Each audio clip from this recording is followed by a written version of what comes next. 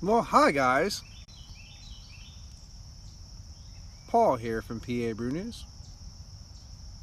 Out of work. Gonna have off for the next 2 days, so I'm happy about that. Out here in the morning sun as usual. However, however, this will be the last, as far as I know, this will be the last morning beer review here at the parents' house for quite a while. Because school will be coming back in for the kids, and on this time I will be getting kids ready to go to the school bus, or not to the school bus, to the school. So no beer review for Neo. So I figure because this is going to be a kind of final morning beer for PABrewNews for a while. I don't really have a lot of beers. I really haven't been buying beer, no money to do so, things like that, blah, blah, blah. But I've been, and the basement is getting pretty much cleaned out. Cheers, Brother Craig. Lovely beer review did for the Westbrook Evil Twin beer. Really good. Thank you for your kind words, good sir, about that. Of course, it'd be great to get back to England for some Kent piss up action, so that'll be great. The sun is violently coming out of nowhere because it wasn't here just a second ago, and it's here with a passion now. So in the spirit of Craig from Kent Beer Reviews, or Kent from Craig Beer News Reviews, I have decided to pull a beer out of the dungeon that has been sitting there, or at least in my possession, since 2015. At least 2015. I'm thinking 2014 area, that 15 area, because it was bought when the great Above Average Joe was down here and we were doing some beer review chaos, and Matt from Massive Beer Reviews came over and we did a England or US versus Germany Oktoberfest blind taste test, and that was posted roughly 5 years ago. So we right now have a 2014 The Lost Abbey Angel's Share Ale.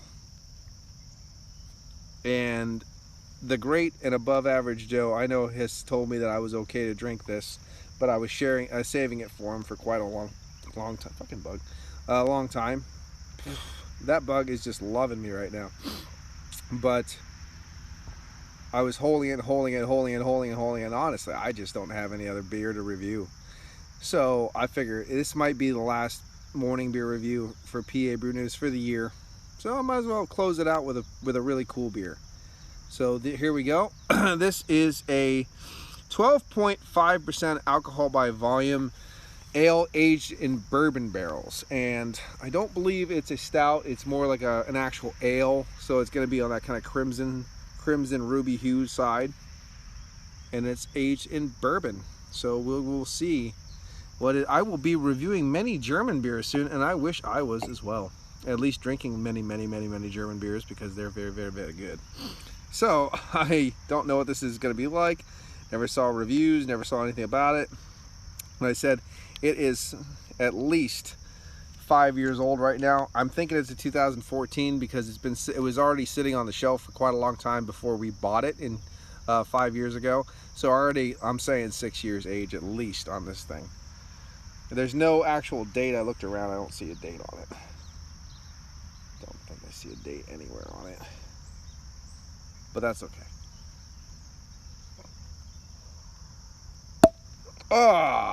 Poppity whoppity and cannon smoke. So there we go. Let's pour it in. And no, unfortunately, I was an asshole and didn't have it sitting on its side like I should have. Because I actually should have had it sitting on its side. Nice big sedimentation at the bottom of the bottle. Here's the bottle again, if you haven't seen it. I don't know if you can see that. Angel Share bottle. Okay, no head to speak of on this beast. Again, muted brown, mahogany, caramel, ruby hues, getting brighter, of course, the pinnacle of the glass. Tip. We got sedimentation just, can you see that? there's still sedimentation, like cray-cray in that thing. So let's get a nose and a sip and a taste.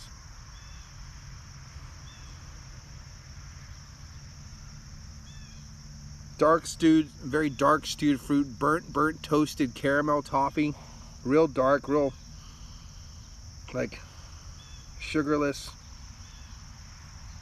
like almost baker's chocolate kind of.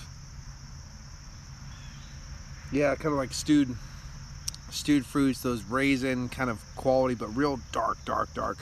Maybe prune, bourbon, caramel peppery bourbon coming through. Maybe a bit of brown bread. Yeah, roasty toasty stuff coming through. A little bit of a walnut husk. Now I'm bringing a little bit of vanilla. But a lot of dark toffee caramel kind of action, stewed fruit, those kind of qualities coming through. So I don't know. Let's see how it aged. That's how it kind of came along. I don't know what a fresh tastes like. So let's get into it. Cheers.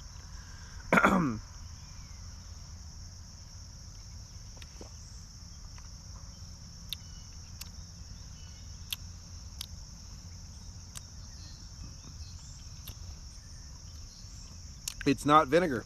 I win. So there you go. You could feel it when it hits the belly. You really can. And my belly is massive right now.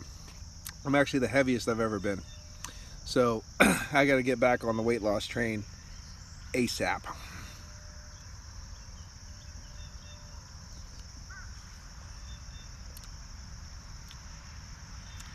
It's a bit thin. There's an oiliness to it, but the overall body, medium size, a medium body, goes down pretty nice.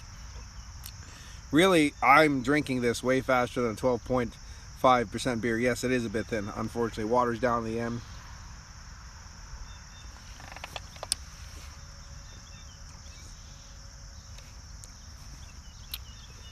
Not as dark and brooding as I thought it would be, as the nose kind of dictated. It's not that bad.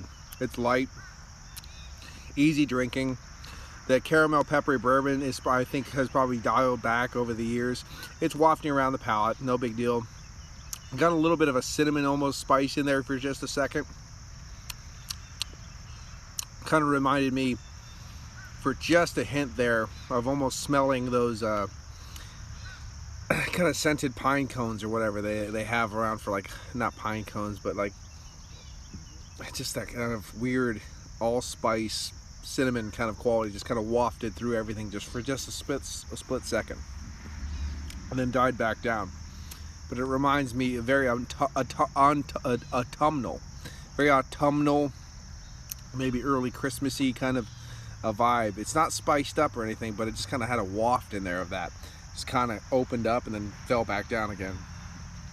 A little bit of caramel going through there. There is a little bit of nuance of like a copper coin, brown bread kind of tonality, those kind of toasted breads, a little bit of that in there. Nothing too crazy. That whole kind of wafting up with those kind of subtle autumnal spices and stuff, and then it kind of just fell right back down to the depths. I don't know where it came from, but it was pretty interesting.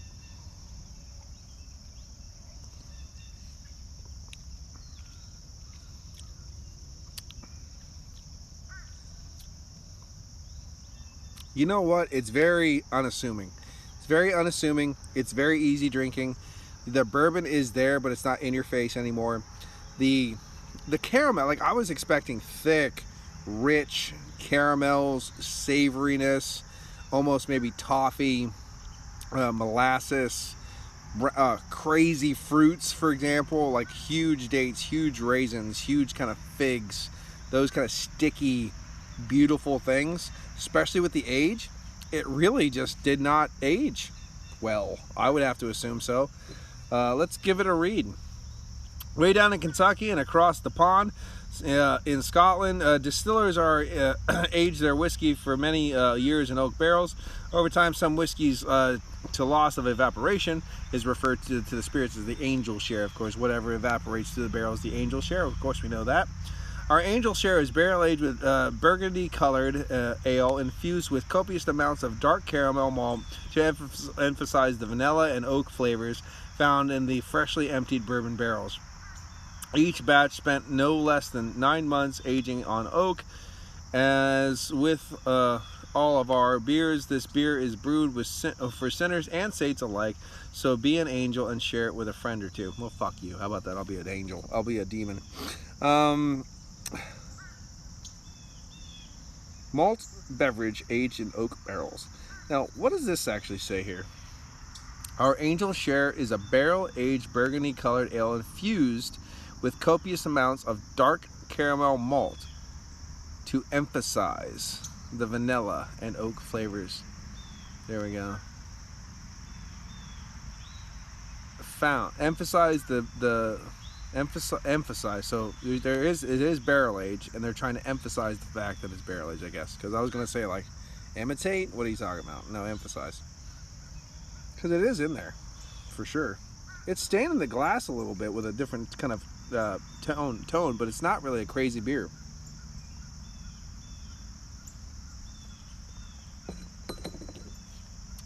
Is it nice? Yes, it is. Still got a little bit of a kick on the back of the palate. A little bit of kick on the back of the palate, and you can definitely feel it running down your gullet and then down to your belly. I mean, it's present, but it's actually really easy drinking. I just expected like more. Like, this beer was not cheap, and Joe and I went halfsies on it, I think it was, and it was a pretty penny. I'm just expecting, like, even with the age, the more it aged, I expect more caramel, more this, more that, more this, and actually I think it got less and less and less and less and less. However, it probably got easier drinking, I would say that.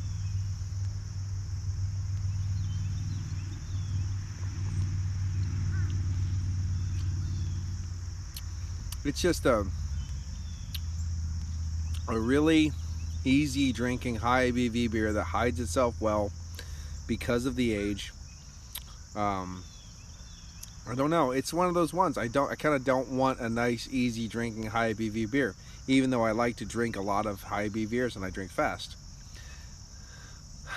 But when you're doing like a beer review, you know, that kind of a special beer review, you want a very thick, gloopy, sticky, savory, this is gonna take me all night and I'm okay with that kind of a beer.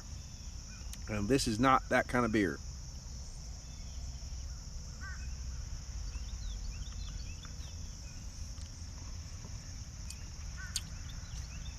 There's a lot of sedimentation in that. It's not hindering the drinking experience, I'm just amazed by it.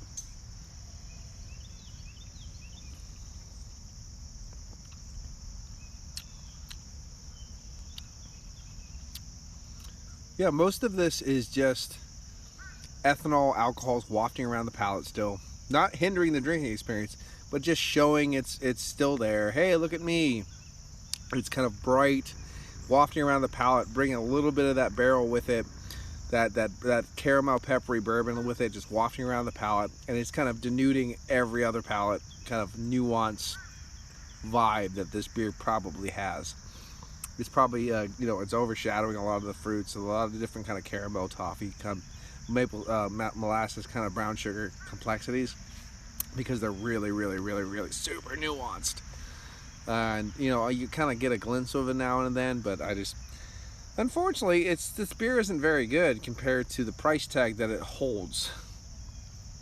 It's one of those things. It's hype. I mean, I always thought their fucking prices were stupid, but kind of like Avery, I don't know. The beer in the bottle is so usually mind-blowingly good that a $14 price tag for a 12-ounce bottle sucks, but you're not exactly unhappy when you get done drinking the beer, if you know what I mean. This, I'm kind of like, God, man, I wasted fucking 6 years almost just to wait to drink this. Wow, kind of what a letdown. Is it good? Yes, it is. It is good.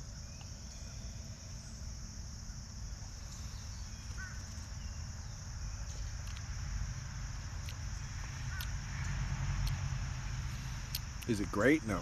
No, it's not great. And it's still boozy. Don't get me wrong. It's still got a burn to it. It's still got a kick to it. But 15 minutes, you know, I kind of expected it to be like an hour-long talk trying to get this thing down, but and not just because of the ABV, because of the age, because the like kind of it's expanding, kind of changing. If they're trying to make it super dark, that they're saying about the caramel malt and stuff like that to accent this, to accent that. They're gonna try to throw a whole bunch in there to make it big and bombastic to accent the barrel characters and all these kind of things. You expect that to even grow with age because of the changing of the malts and all this stuff. But this one kind of just went ooh and imploded on itself, as far as I can see. So it's good. I mean, there's a lot of people that would probably say I'm absolutely insane that I don't love this beer, and I can understand that. But I've had better, and it's not wowing me.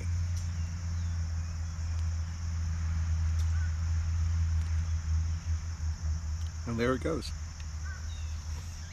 There it goes. Was it good? Yes, it was. Was it good? Yes. Was it good? Yes. It's so good, in fact, I'm going to give it an 8 out of 10. That's how good I thought it was. I was going to give it a 7.5, but I'm going to give it an 8 because it was good. Is it worth the price? No. Do not buy this. I will say that in the same time. It was good. I'll give it an 8 out of 10. Is that beer worth anything more than $10? No. If you see this, if you see an Angel Share sitting on a shelf for $10 or $11, pick it up. If it matches the ABV price or lower, pick it up. Yeah, pick it up, enjoy it, give it a go, no matter what year. Let me know what your thoughts and opinions were, of course. But if this is higher, if you see this higher than like 12 bucks, 13 bucks, I'd buy something better. I'd take your money and I'd spend it on something better. So yeah, that's about it. So anyway, thanks for joining in, old Craig from Kent Beer Reviews. And this has been Paul from PABrewNews. I don't have any beer anymore, so cheers. Here we go. See you later.